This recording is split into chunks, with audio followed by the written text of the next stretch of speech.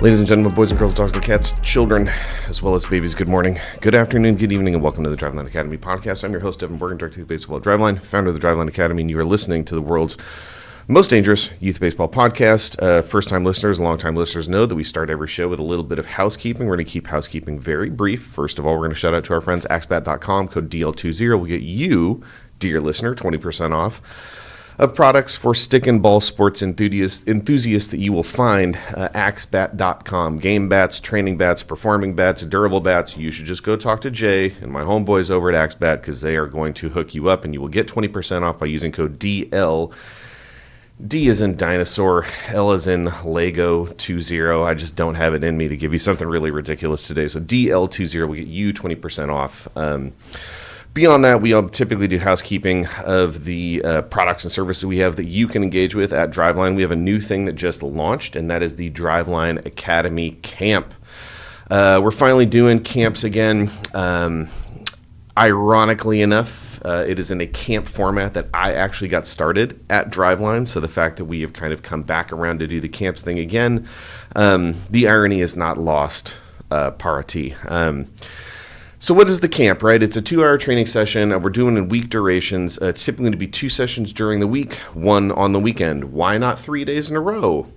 Well, for longtime listeners know of this podcast would know that one of the things that we are intentionally doing by giving kids a little bit of a rest between sessions is to give them rest that spurns development. Maybe not spurns. Spurns the wrong word. I've been watching too much Yellowstone and all their other offshoots, so spurning things is of mind.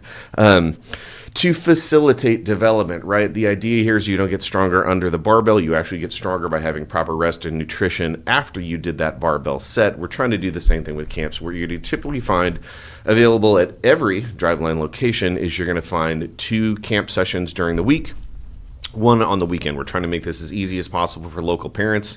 So you can only have to drive your kid one place 2 times during the week and then 1 on the weekend. Within that session for camps, it's a 2-hour session. You are going to basically be executing our Skills to Scale curriculum for athletes 9 through 14.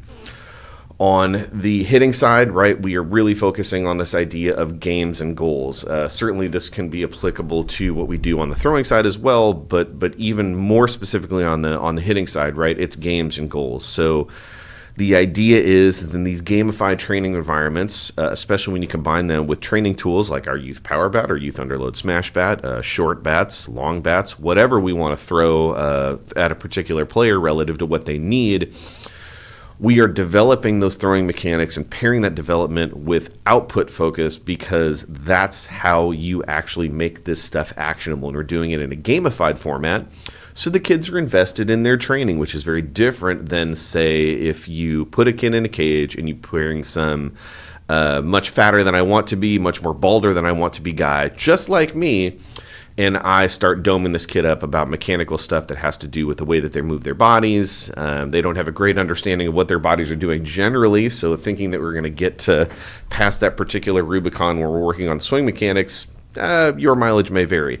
So we're focusing on the hitting side is very much games and goals. On the throwing side, it's going to be some introductory arm care stuff. And then really some just kind of, I guess you would say, command-related throwing, whether we're doing that on the plyo wall, whether we're doing it with our intended zone system, which we have talked about before. But again, the way that intended zones works is you've got a projection screen up against a wall. On that wall is a 9 pocket. The player selects the target that they're trying to throw at, and then they try to go execute that exact throw that they identified. And then we're able to calculate the miss distance between where the throw was supposed to go and where it actually went. And now we're able to gamify command. Does that make sense? And then additionally, we're throwing our long-term athletic development curriculum for these kids as well. So again, game-focused strength and athleticism building. Like, that's the whole thing. You're not going to get the most skill-specific development unless you address the athletic stuff. So in a 2-hour session, we're touching all of those pieces, and we're doing it in age groups, whether you're a 9 to 10-year-old kid or 11 to 12 and 13s and 14s. Those are the 3 age groups. You come in, you do 3 of those sessions in a week, 2 during the week, 1 on the weekend, and then if you want to keep doing them, well, hey, we would love you to keep doing that. Maybe we start to talk about things like a flex product for a little bit more of an individualized solution. Maybe we talk about teams if you really want the full meal deal. But camps for me is a real specific starting point, because that's how Danny and I get started. And a little more than 7 years ago, I was just a customer at Driveline. I did not have a job title, and I came into Driveline in this camp format. And I think that's who this customer is really for, folks in the local area who want to get started doing some Driveline stuff. And it's a real low lift, right? You come in, you don't have to make this big 3, 6, 12-month commitment like you would with some other stuff. Just come in and try it out for a week. Try it out. For anybody that's familiar with the Tom Segura podcast, you might catch that reference. If not, I'm just blathering. So camps are a new thing. We have them in Washington and in Arizona and in Florida for 9s and 10s and 11, 12s. If you're interested in that camp thing in 13s and 14s, we're probably going to launch with those last, because those kids are either playing with their summer ball teams right now because you're playing all year long, or you might be finishing up with some middle school ball. So the 13s, 14 sessions are going to be coming to you. 9s and 10s, 11, 12s are ready right now, and you can come in and check it out. So that's the Driveline Academy Camp. What do I got for you today? Quick follow-up from last week. We talked fairly extensively about this whole idea of Little League banning the thumb guard, other choke-up types of devices, and labeling that rule change as something relative to a bat modification. I said I don't understand that as the bat modification, because it just isn't. You're not fundamentally changing the bat to ball equation. At best, all you're doing is by reducing a player's fear of feeling like their thumbs got sawn off because of off-axis vibration, aka stingers, that player, he or she, is more likely to swing with full intent if they are using a thumb guard, because they're not worried about physical pain. And somebody, my brother Hoots, who is a longtime listener of the pod, shout out to you, man, brought up to me that it could be that the reason that this was banned is because some of those companies that sell thumb guards actually advertise a performance increase with using their product. So I don't know, man. Maybe this is just a FAFO thing, F around, find out type of deal. You put some marketing stuff out there that is maybe a little bit aspirational, right? I don't know.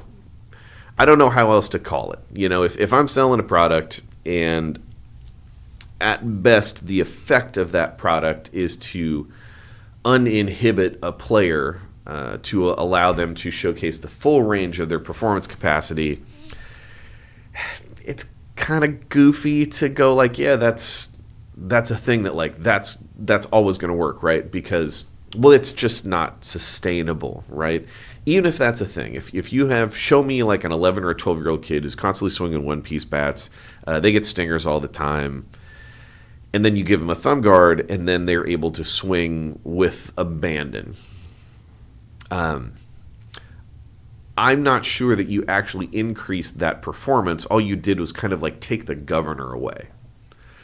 So because I talked about it, and I don't know, I suppose a little bit of responsibility for me to try to communicate to you guys everything that I've learned and understood about this thing, I suppose I understand that Little League would ban the thumb guard in so much as they saw advertising that said, hey, if you use this thing, it's going to increase EVs by 10 to 15 miles an hour.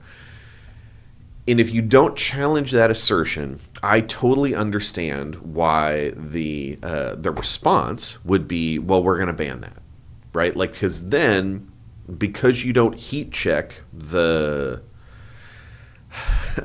truthiness of whether you're actually getting a 10 to 15 mile an hour exit velocity increase by using a thumb guard, then you simply go, well, we can't have that, right? So I guess I understand if that's the long tail reason that this decision was made. I get it. I guess it also kind of bums me out that no one is in the room that's considering this response that can dig a little bit deeper, right? Because I think that's a thing that we tried to do last episode. So I guess that's just the one part of this thing that's a little bit of a bummer, is that they didn't have anybody to heat check this idea that, like, okay, is using a thumb guard inherently like a plus 15 EV modifier, right? Because it isn't. Like, it just isn't. And, like I said, it's a little bit too bad, so sad that nobody was in the room that could dig a little bit deeper and had a better understanding of what's going on in the bat to ball equation. How do these devices work before they made that ruling? Like, I will say that, like, if the thing that they saw was a stated 10 to 15 mile an hour exit velocity improvement, and that's why they banned it, then I get it. Again, bums me out that there wasn't a better understanding of it. I guess this is a good example of when, like, marketing taglines come back to bite you. I don't know how else to frame it, but that's the follow-up that I got for you on the Little League thumb guard thing. And I guess I'll just say this. Like, I know some of the folks that are at the top of the food chain on the Little League International side. If anybody that's on that rule board, you want to talk, man, holler at me. Deven with 2 E's at drivelinebaseball.com. I'm already talking to Patrick and some of the other guys up there. So if there's a help that an independent third party could bring to this type of conversation about rules and performance modification and whether something's like actually going on there or not, holler at your proverbial boy. What else did I got for you? Man, it's if I feel scattered, it is because I just came back from like a 36-hour trip to beautiful Las Vegas. You can take a wild guess how that goes as a nearly 15-year-old man, because it's very different than how it goes when you're a young mid-20s guy in terms of like the recuperative process. You picking up what I'm putting down here. But that aside, I did promise that we were going to get more interactive. I did promise that we were going to get this conversational loop going between you guys that I hugely appreciate listening to this show every week, and myself. And man, do we have a banger of some good feedback to come at us. I'm not saying that I'm giving up on talking about the bad things in youth baseball. We are moving into next week will be episode 5 of This Week in Pitch Count. We've kept the initiative going for a month. Thank you guys who have sent stuff in. I've gotten a bunch of stuff over the last couple days. I suspect there's going to be more of it as we get further into like the real depth of the summer ball season. So please keep that conversation going with me when you see stuff that's just like wildly inappropriate out the world. Send it to me. You can add us at Driveline Youth. You can add Deven Morgan on Twitter. You can email it to me. I just gave my email address out. I'll do it again. Deven at 2 E's at drivelinebaseball.com.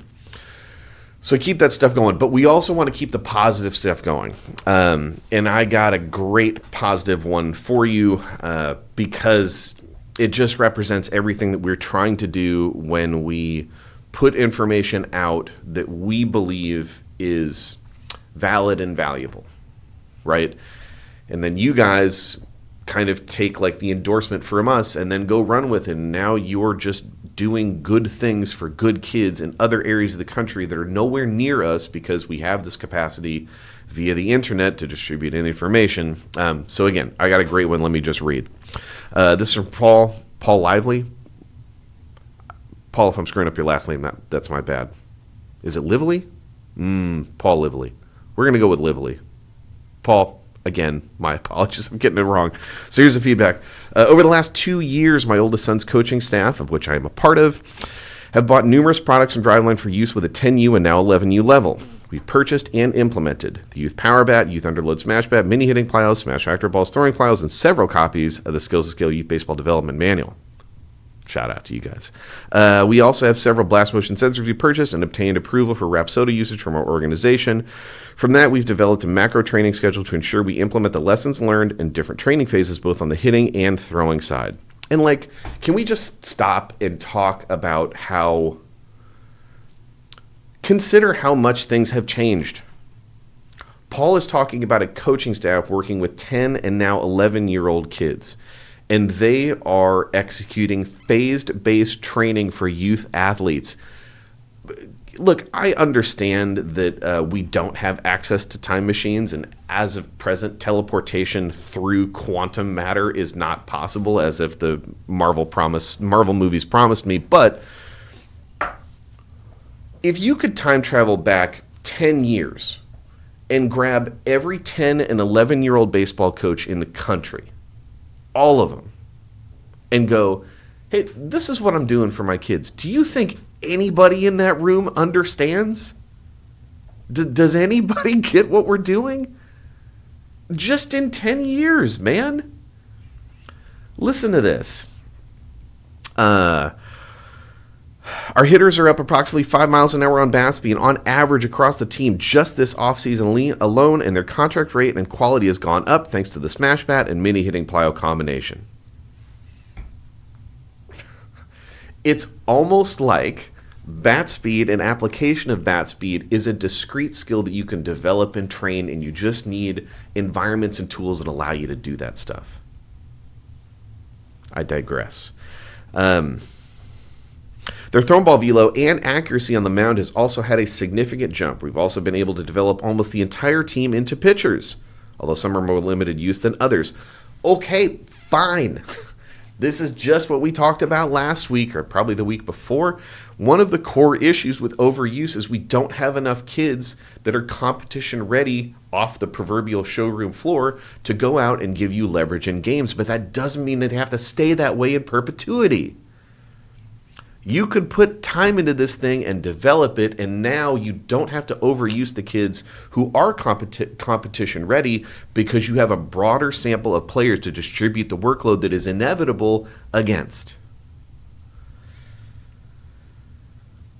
Combined with the individual fielding fundamentals and the skills of skill concept, the team has flourished this year, and the boys are having an amazing and extremely fun season. Paul, man, I can't tell you how much this makes my heart full. Because this is the thing, man.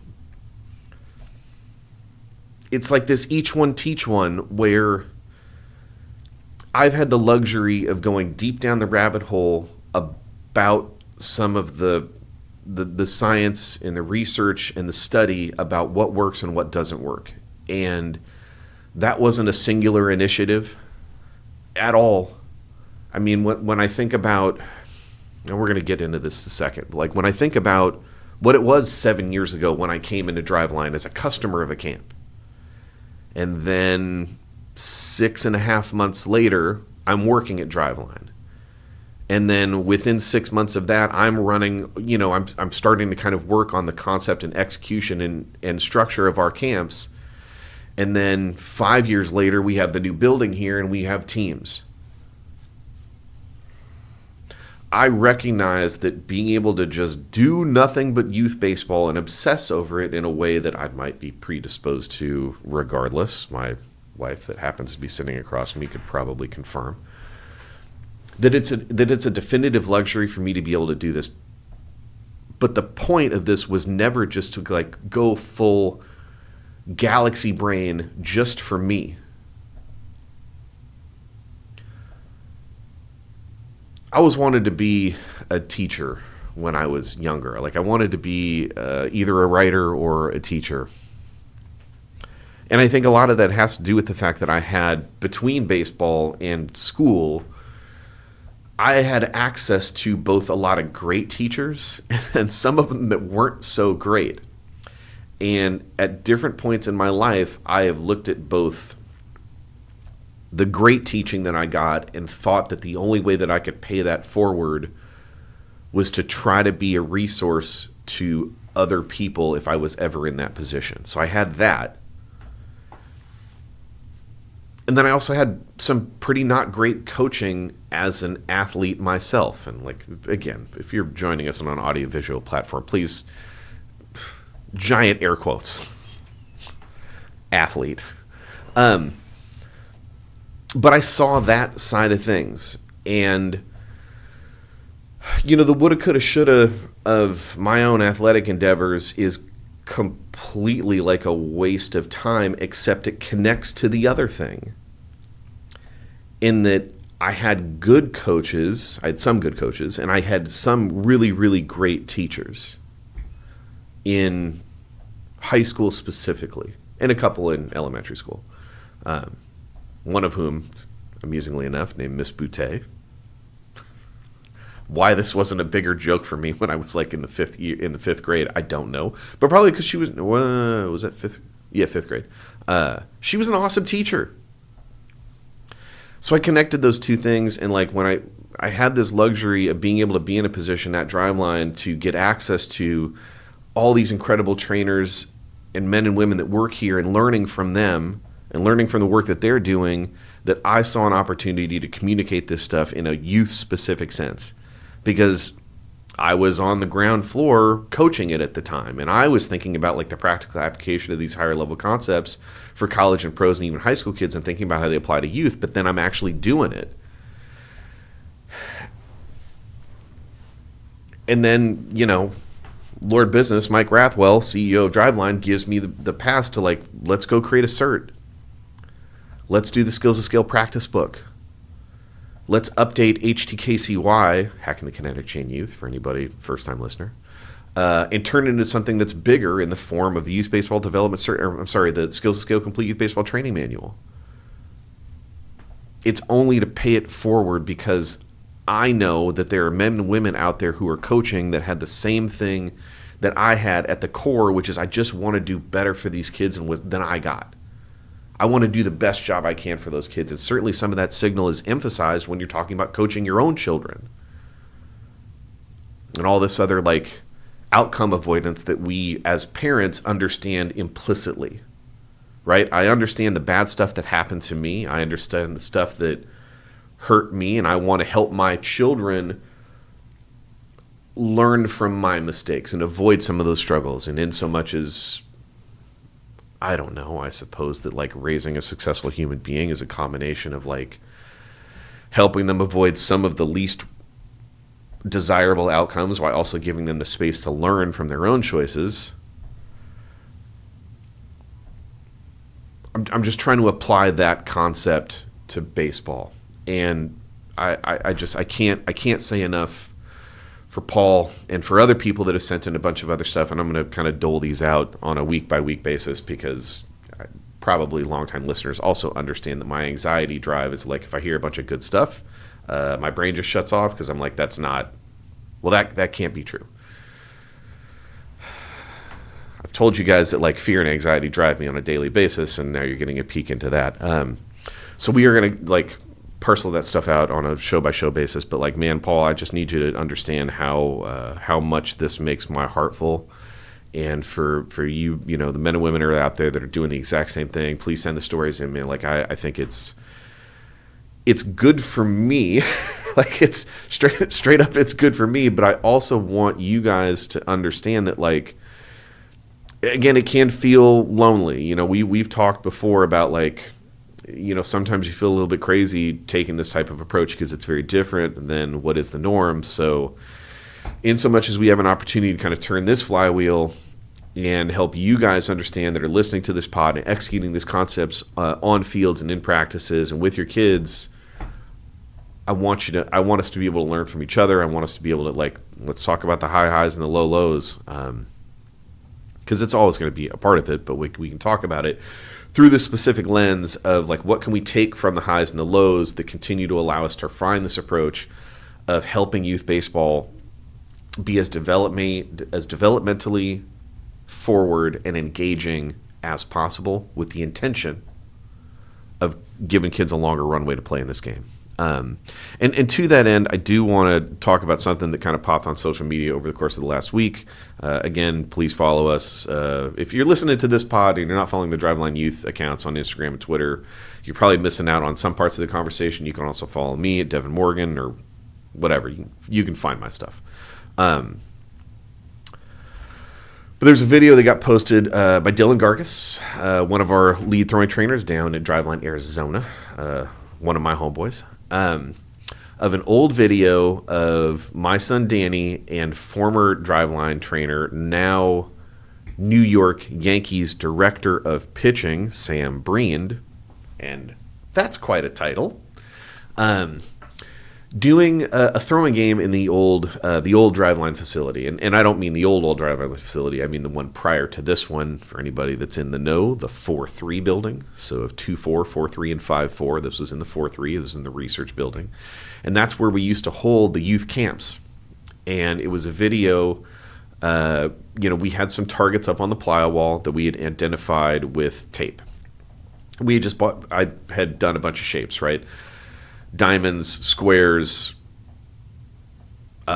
rectangles. I mean, try to kind of do a circle. Doing a circle on a plyo wall with tape is a little bit of a tough osino, but did the best that we could. And it was just a throwing game, right? And it's just a gamified version of how you would execute your plyo throwing. But there's levels to this, as they say.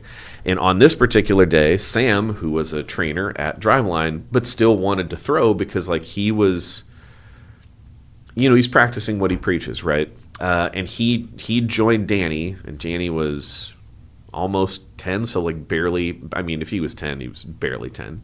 So you've got an adult who is a trainer at Driveline, and now is the director of pitching for the New York Yankees, doing like a throwing command game with a 10-year-old. And it's just electric. It's absolutely electric. And it's not only electric just because, the way that I used to run those sessions and the way that I still, run some sessions, I like to have some music going. And we had a little J-Rock and Kendrick, a little Money Trees for anybody that's familiar. If you don't, that's one of the great American classics of the last 10 years, and I would highly suggest you listen to that song, listen to the message within. But I digress. So what Gargis said, came across this Driveline Sunday Thunder Nugget captured by Deven Morgan circa 2018. So yeah, D was like 9. No, he would have been 9 if I'm thinking about it. And Gargis goes, so much to like gamification and randomized plyos, #proprioception. For any of our longtime listeners, you've probably heard me say the word proprioception, probably enough that it's probably associated with like the Academy podcast drinking game. Jerry and Jack, I see you guys. But for anybody that isn't familiar, proprioception is this ability to kind of be aware. It's your awareness of how accurate you are about determining your body's position in space. There's probably a more succinct definition of proprioception that I can not word salad my way through, which would be the body's ability to perceive its position and movement in space. Okay, actually, I wasn't that far off. I was a little bit worried that like Vegas had wrecked my brain and I might have missed a little bit, but I'm going to give myself like 9 out of 10 on that. So again, this is the concept of not only what we just talked about in distillation of training concepts and why it's important to have training revolve around this concept of not only gamification but also proprioceptive development. But this is the exact same kind of training format that Driveline was executing before I arrived when we came into the camp in 2018.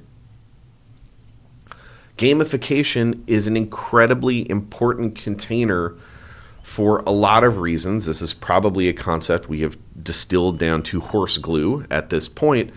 But to be really succinct about it, gamification drives competition. You want that, right?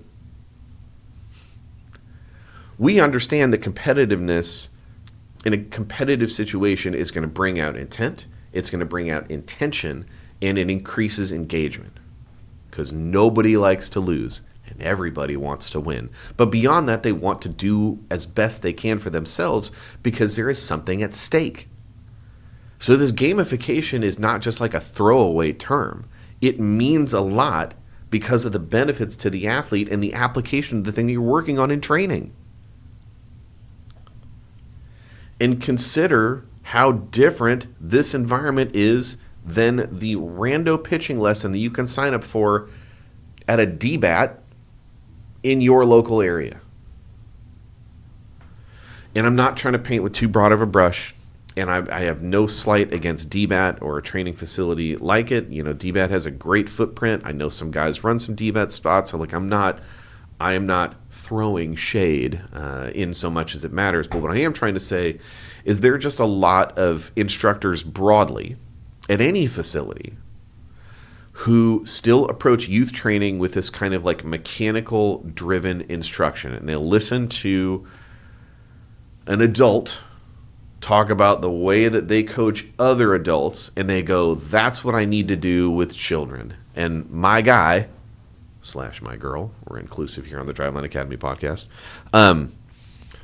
there's a better way to do it with kids. And I might even argue that like the gamification concept doesn't wither and die on the vine once you turn 15 years old. Because again, if you're trying to be if you're trying to bring competitiveness and intention to the action, then there has to be stakes. Practicing free throws is one thing. Hitting a free throw in a game of horse, different deal. There's stakes. There is context. There is an outcome. Gamification is the most critical concept when it comes to increasing the application of training. We were doing that in 2018. And specifically, my almost 10-year-old was able to exist in that environment with an adult. Because it's the same thing, right? There's a target on that wall. Throw the ball, hit the target. Simple in concept, a lot of depth underneath the surface about why we do that and why. The other thing that Gargis hit on, and I think this is also an incredibly valid point, is this idea of like randomizing the plyo weight. So the way that the game worked, I can link this in the show notes. You can find it on my social profile on either me or on the Driveline Youth because I reposted it. Is that in that session, you would just grab a plyo and pick a target.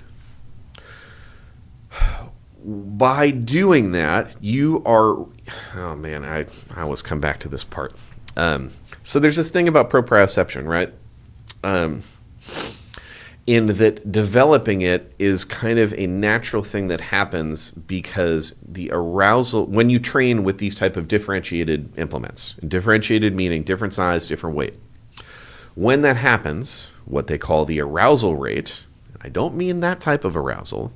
I mean basically how much your brain is paying attention to the activity, that rate goes up. And when that happens, because it does, your ability to extract value from that increases. Okay?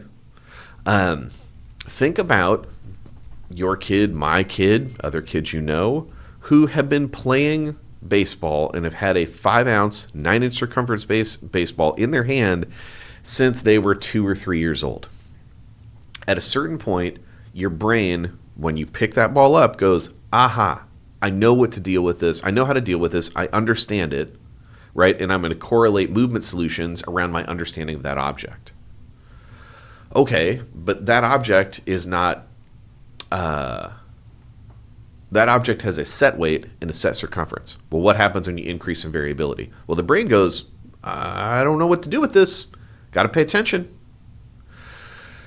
So the idea here is like you're starting to get some actual benefit in proprioceptive capacity because of the randomness of the implements that you're introducing to the training environment. Again, this is just like me throwing a bunch of $5 words at you to explain the fact that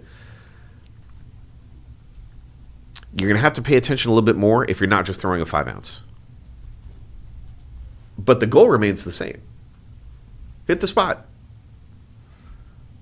Hit the bigger spot. Hit the smaller spot. Go back and forth between the two. Shoot for the one that's a little bit high on the arm side. Shoot the one that's a little bit low on the glove side. Shoot for the one that's in the middle. And do all of that with some differential implement stimulus. It's a good thing. It's a very, very good thing. I think this is a concept that you can apply at home. If you want to come in to do the camp thing, this is definitely a concept we're going to be applying live in real time when we do throwing in these camps, either on the plyo wall or in the intended zones. So I thought that was just a good thing to kind of go over. Again, we talk about this a ton in the Skills to Scale Complete Baseball Training Manual. Maybe you want to pick it up if you haven't.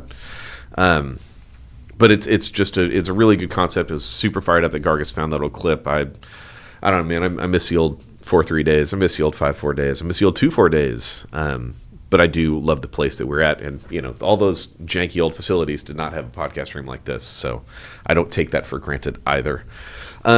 What else we got? Man, I got another message from a listener, and this is just going to be really brief.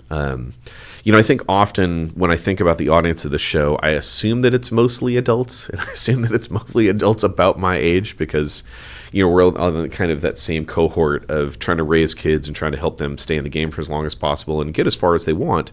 And sometimes life will throw things in your path that are more difficult to overcome than others. And this is stuff that's outside of the realm of just skill development and skill acquisition. Health is one of those things that like you always kind of take it for granted up until the point that you can't. And it is a real bummer that stuff, that reality is something that not only is like experienced with, older people.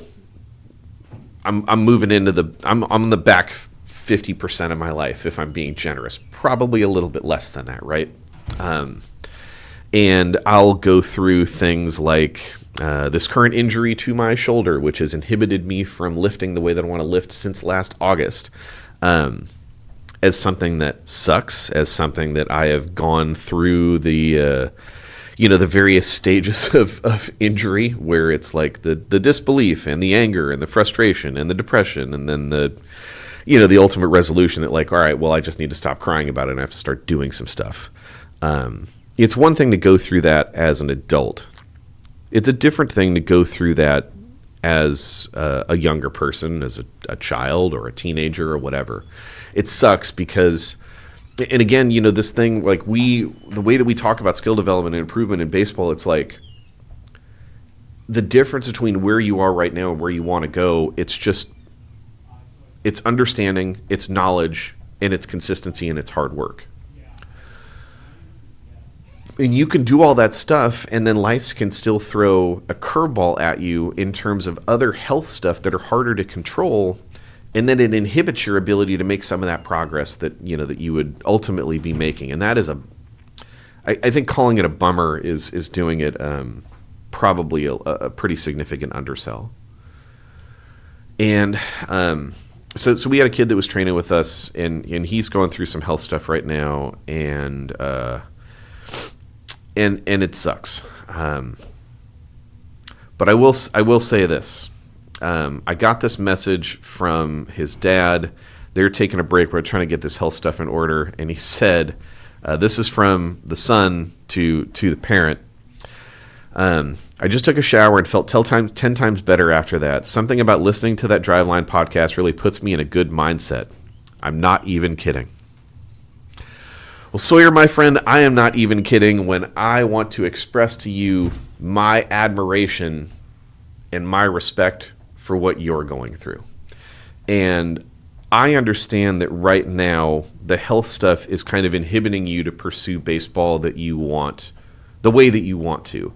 And that sucks. Like we're far beyond territory. We're far beyond bummer territory right now. We're just full on like that sucks. However, if I could offer an idea, Sawyer, I want you to understand two things simultaneously. Number one, I believe, just like your parents, and probably just like anybody in your family, that you can go as far as you want to in this game of baseball if you want, if you understand what I'm saying. I also believe that there are lessons that you're going to take not only through this baseball-specific thing, but also through the health stuff that you're going through that are going to push you forward in a way that is going to have positive benefit for the entire rest of your life.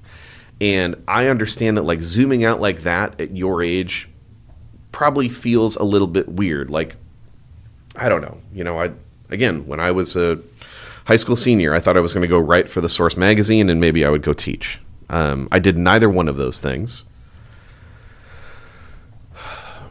But I think I also learned a ton in those processes, and it informed the person that I end up becoming. And I guess the only thing, man, that I would emphasize for you is like, you're going through it right now, and that stinks. But understand that like this experience in and of itself is going to make you so much flipping stronger than you otherwise would.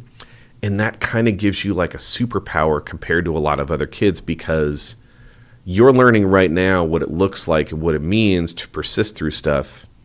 And that signal that a lot of other kids, you might say that they have the good luck of not going through that right now, but like you, my friend, are like, you just got like the gamma radiation in your back, and you're going to get like good things are going to happen from it.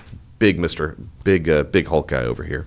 So Sawyer, you're the man. I appreciate what you said. I'm glad that the pod is valuable for you. And man, I know that this experience is not the one that you would have drawn up for yourself right now, but you're going to get so much tougher that as going through this thing that like, man, whether this is baseball or not, people are going to be terrified of competing with you later.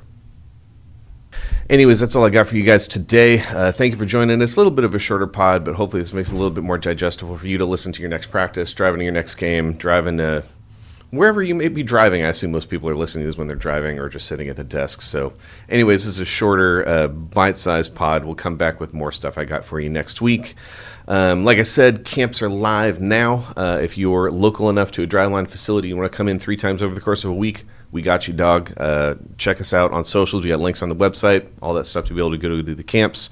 And for anybody else, again, this week in pitch counts is continuing, so please feel free to send us some of those box scores. And like, look, man, you can also send us box scores of like the right way to do it, I guess. Let's again, we talked about making this a little bit more reciprocal. I think that's another thing that we can do. We actually just posted one this morning on the Academy social, which like, I wasn't really connecting the dots on these two things now, but I will connect them in this specific moment. So like one of our longtime kids, Parker Mandarino, he's a freshman in high school, pitched a 90-pitch CG for his high school this year, 7 innings, 3 hits, 1 run, 1 earned, 2 walks, 6 punchies.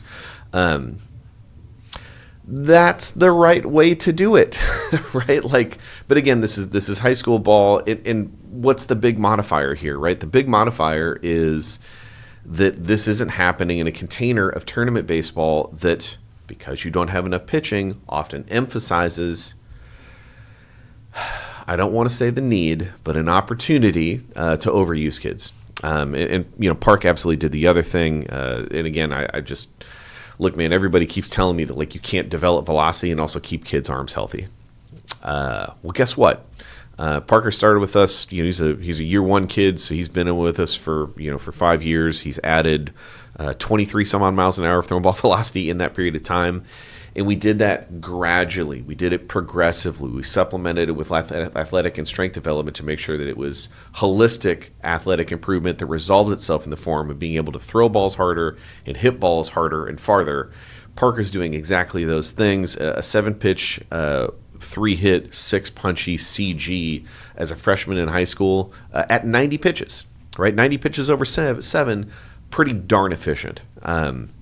This is the thing that everybody tells me that we can't do, and weirdly, these things keep happening. So shout out to Park, shout out to his parents for really having an eye towards long-term success and hopefully seeing the fruits of some of that labor, man. He's a really good kid. He wants to be as good as he can be. And again, it is a real honor and a privilege to be able to help kids like that, that kind of see the long-term value play, because that's what you specialize in. That's all I got for you. I got a couple things I'm going to keep in the pocket for next pod. Other than that, my name is Deven Morgan. Boy, I almost saladed my own name. My name is Deven Morgan. I'm down by law. I will catch you next time. Thanks. Bye.